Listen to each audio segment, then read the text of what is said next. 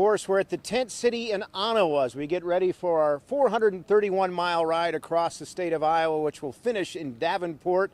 We take off tomorrow on RAGBRAI, and here's the TV9 crew, Aaron Rooney, and of course you all know Joe Winters. And Joe, we're going to have great weather this week, right? It looks fabulous. Could be the best weather for the entire month of July. Some 80s for highs, a little cooler by the end of the week, 60s at night. Perfect weather. Hopefully as good as last year's, right? Let's hope so. Let's take a look at some highlights and get you excited for RAGBRAI from last season.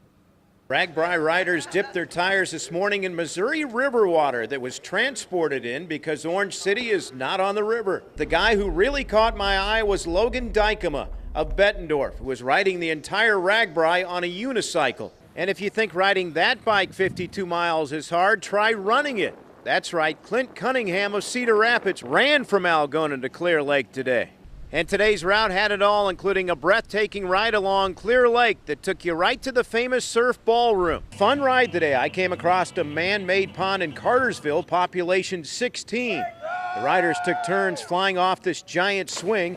65-year-old Michael Schreckengast of Cedar Rapids did his Tarzan impersonation. But my favorite part of the ride was the food. You can smell Mr. Pork Chop from a mile away, as Matt Bernhard keeps his father's legacy alive and thriving. Thank God I didn't have a flat today. There were some big hills on our 60-mile ride from Cresco to Wakan with a climb of 2,483 feet.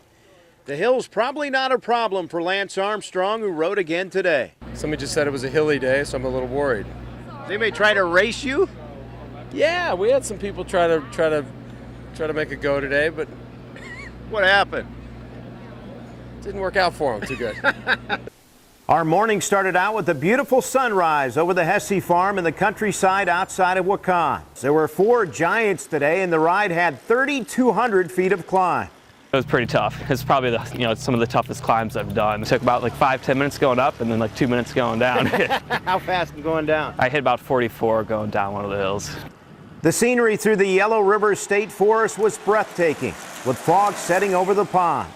And the ride along the mighty Miss was just as gorgeous riding into Lansing. Our 7-day, 411-mile trek was over, and it was time to dip our tires in the Mississippi. We won't have a climb like we had last year, but we do have a pretty good one to start off, Aaron. It says 1,558 feet of climb tomorrow, 43.5 miles to Denison. But we saw some of those hills coming in. They were pretty big. Yeah, right before Denison, I feel like I'm really going to be wanting to get there quick. But you're not worried, right, Joe? Never worried. Can't worry. You've Gotta be ready for it. You've done a few of these. Any advice? Lots of water and take your time. We're going to have some fun for us. We'll have pictures all week long. Back to you.